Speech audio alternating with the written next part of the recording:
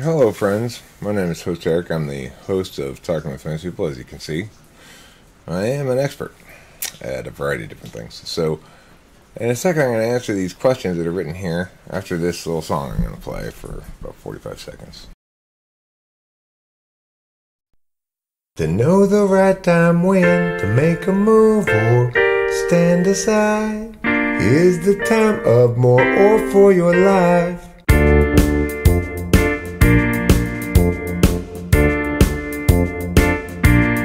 Time is the difference, not the distance. It's too slow counting things in seconds and inches.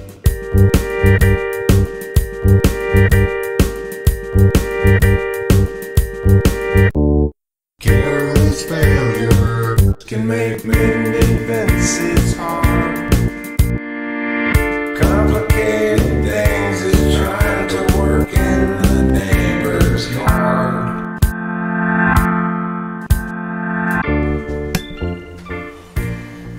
Okay, so I'll put a link to that full song in the description or in the comments, one of the two. So I got this weird email, which is funny email because of the way it's so INTJ-ish. How does one keep a teenage ENTP from doing drugs? How does one help a teenage ENTP quit smoking? What kind of YouTube channels are you subscribed to? Just curious about what you watch on YouTube. Do you think I'm an auditory or visual INTJ? I know that we haven't spoken enough for you to decide. I just want to know, what was your first impression? I hope you answer me. Goodbye. I love this. That's either polar FE or great FE, or both. How does one keep a teenage ENTP from doing drugs? Well, I talked about this a little bit on the live stream last night, and it's an issue that's near and dear to my heart because obviously I've had substance abuse problems myself in my life. But understanding drug use is about understanding temporal bargaining. Temporal bargaining is the idea that people who have addiction problems fail to do a good job of bargaining with themselves in time. I will do this drug now, and then I won't do it again for a week. Or I won't do the drug now because I got to go to work, but I will do it after work. People who can successfully use some sort of substances typically do a good job of temporal bargaining. So the question, does one keep a teenage ENTP from doing drugs? Well, as an ENTP who has an ENTP or possibly ESTP daughter, it was a matter of concern for me as well. I didn't want my child doing drugs or alcohol. I wanted to prevent that as much as possible. She had the weird benefit of growing up with me when I was drinking for a lot of that time. And I had several drinking conversations with her, pleading with her not to be like me and to not do drugs and alcohol and stuff. And, she ended up, she's not addictive as far as I can tell. She has a prescription for Adderall and she almost never takes it. And, she could hit me up for bong rips anytime she wanted to, but she never does. And she, can get alcohol, no problem. She does drink at parties sometimes, but she doesn't seem to be an addict. So, I don't know. She's one of the two action types. She's either an ESTP or ENTP, and either one of those is prone to addiction, but she's not addicted. Does that have anything to do with what I did? Only indirectly in the fashion I indicated. It didn't have anything to do with my choice making, and ultimately that's the thing. Parents are not going to be able to compel their children as they become teenagers to behave how the parents want them to behave necessarily. I think that the only thing we can righteously and appropriately do is make sure our children are not transgressive and are not unkind. I would certainly not tolerate either of those behaviors from a child. When you're talking about doing drugs, though, you're going to have a struggle with the ENTP because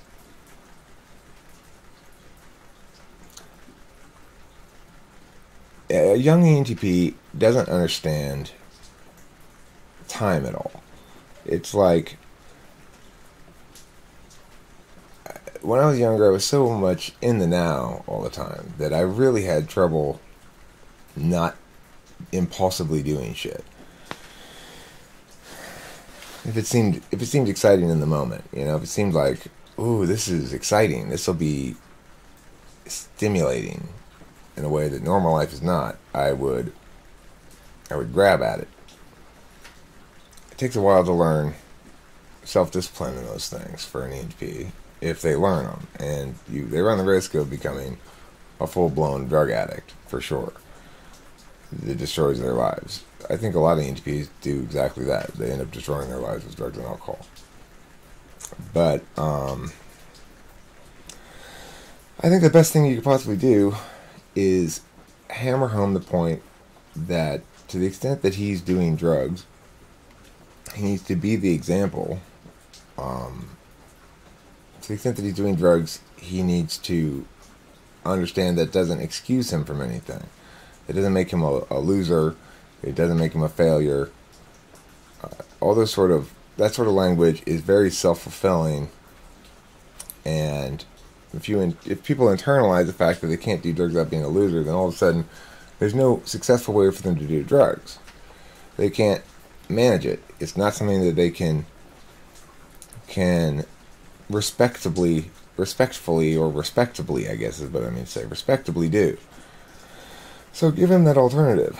It's like, say, you've got to learn to deal with your temporal bargaining here if you're going to be doing drugs of any sort. Which means, if you want to be able to do drugs, you're going to have to learn to do them intelligently. And you're going to have to learn to have discretion. You have to learn to treat it as a reward, not as something that you continually tweak out on, to the extent that you give up other things that are important in life. How does one help a teenage ENTP quit smoking? He's already smoking. Or you don't. You might get into vape. Look, ENTP smoke. It's what we do. We just do. I don't know why. It's something. I started smoking when I was 17. I quit from ages 21 to 31. I got divorced from my first wife. I started smoking again. I've been smoking ever since. How do you help him quit? You don't. Again, in all those instances, don't tell him shit. Don't be like, yeah. Be like, okay, well, look, you're doing this. You probably want to quit because it's going to be expensive, and you don't want to be. It's not a good addiction. It doesn't get you high. Explain that to him. It's not a good addiction because it doesn't get you high. And it's just expensive. And it creates and satisfies its own little need cycle. So talk him through about it logically. Don't try to compel or coerce at any point. To the extent that you try to compel or coerce your young ENTP, you will end up with problems. We don't like being forced to do anything. So, treat him like an adult when talking to him about it. And put the responsibility on him. And, explain that regardless of the correctness of this perspective, it's not one shared by others, and he needs to respect that as well. You can always have him talk to me if you want. I'd be happy to talk to him. I don't know what he's into right now or what, but I'll talk to him, straight up, or her,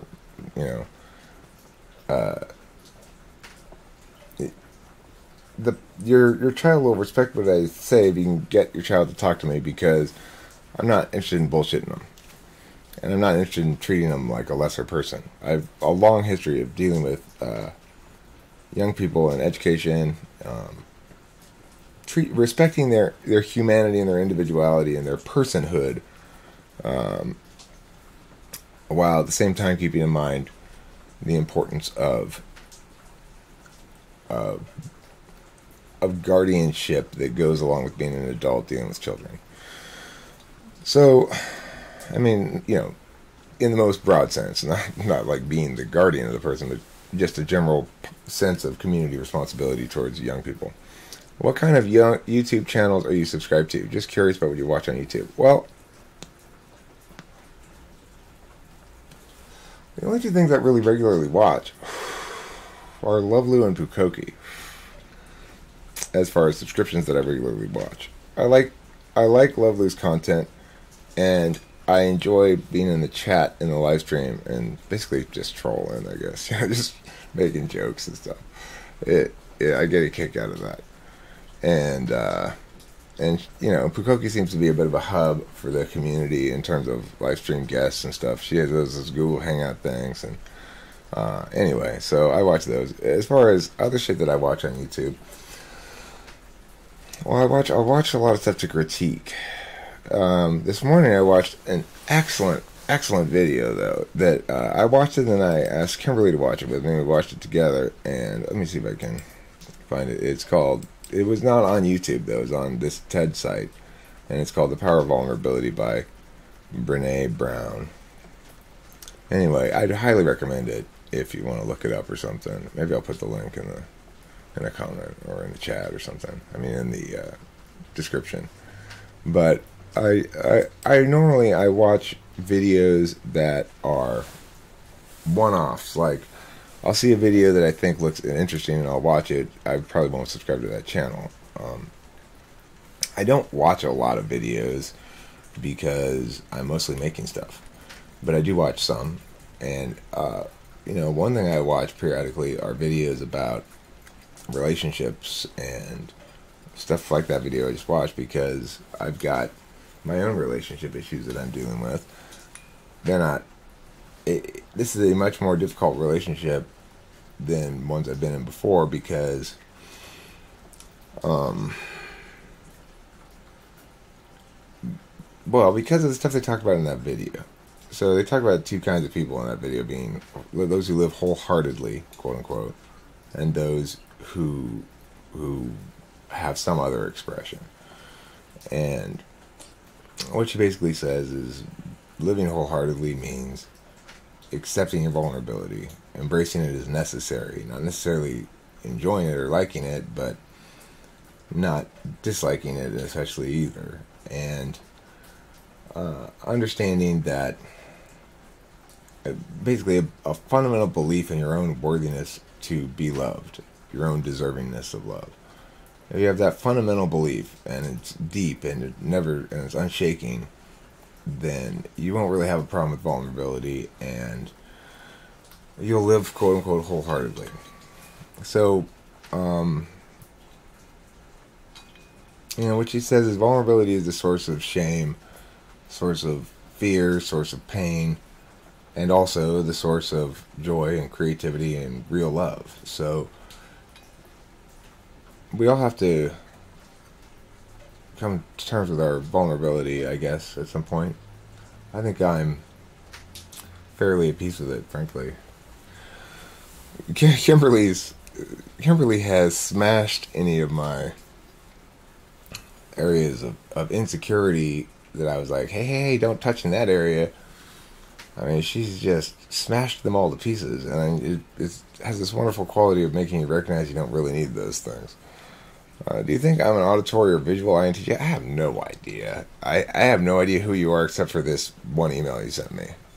But I would say INTJs generally are more visual than auditory, or both. I mean, here's the thing. Intuition DOMs, NI DOMs especially, can be both visual and auditory concurrently. So, or could be either as well. Like, my friend Corey's an INFJ, is definitely auditory, but there are, I guess NI DOMs in general are more likely to be auditory, but with TE, that's what makes you more likely to be visual. I tend to think of intuition as linking to the auditory because our basic root understanding of symbols is language, spoken language, and that's auditory. And when we read, for example, like when I'm reading these things here, there's a certain cadence to the reading of the questions that reveals how fundamentally auditory language is, whether it's written or not. And what goes along with that often is music. So if you've got an excellent sense of cadence for language, and you've got an ear for the sound of it, then you're likely to additionally be good at music. But the reason I'm tripping right now is because my NE is giving me other points here, which is, now that I think about it, I think INTJ is going to be much more visual than INFJ. And the reason being, the FE polar suggests that the NI doesn't link directly to language so much, that it depends on what it's paired with. Because with TE, you're really talking about a visual kind of medium or modality. It correlates with visual media. So, for example, if I'm trying to show you how to put together a thing, I'll have a picture where it shows like this piece and an arrow going to this place here, and use this screw, and it shows you a picture of it. Because it's the most effective way to show somebody how to do something in the physical world like that. And that's where TE is rooted, so it makes sense that you'd be more visual as an INTJ. I hope you answer me. Well, here's your answer. Goodbye. I hope you're satisfied with my answer. Just remember, your ENTP teenager is only going to respond to certain kinds of things and certain kinds of approaches, and is really completely at a loss regarding their FI at this moment. They have no idea what's going on with their FI. So remember that. You can't rely on them understanding what's important to change their behavior on an FI level. You can definitely work the FE angle though, and be like, this is going to look bad. That's going to get you a lot more working room than anything else, probably. Of course, if you are an INTJ, then you're going to have a hard time making the FE case, so you might want to get somebody else to do that. The other parent, the father, or, because this is a woman, Katie, I think her name is. Not Taylor Katie, a different Katie. Okay, I'm going to play the song again, and then say goodbye to everybody here. This is the song we're playing right now. To know the right time when to make a move or stand aside. Is the time of more or for your life.